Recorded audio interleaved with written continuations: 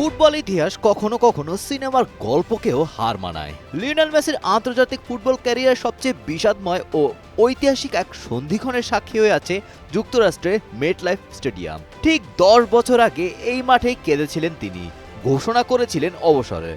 আর আজ ভাগ্যের এক অদ্ভুত চক্রে সেই মাঠে অনুষ্ঠিত হতে যাচ্ছে 2026 ফিফা বিশ্বকাপের বহুল প্রতীক্ষিত ফাইনাল ম্যাচ।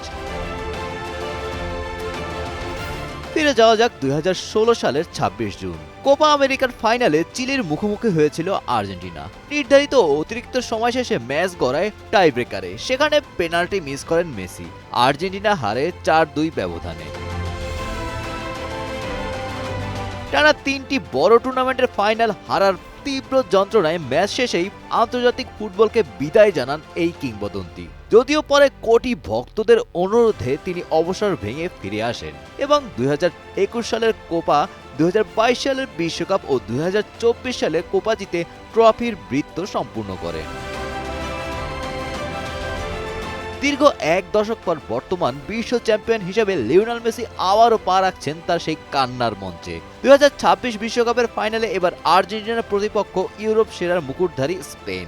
যে মাঠে একদিন চরম হতাশা নিয়ে বিদায় বলেছিলেন, সেখানে ক্যারিয়ারের শেষ বিশ্বকাপ ফাইনাল খেলে আরেকটি সোনালী অধ্যায় রচনার সুযোগ পাচ্ছেন এমএল10। Golam Rabbani, Times today.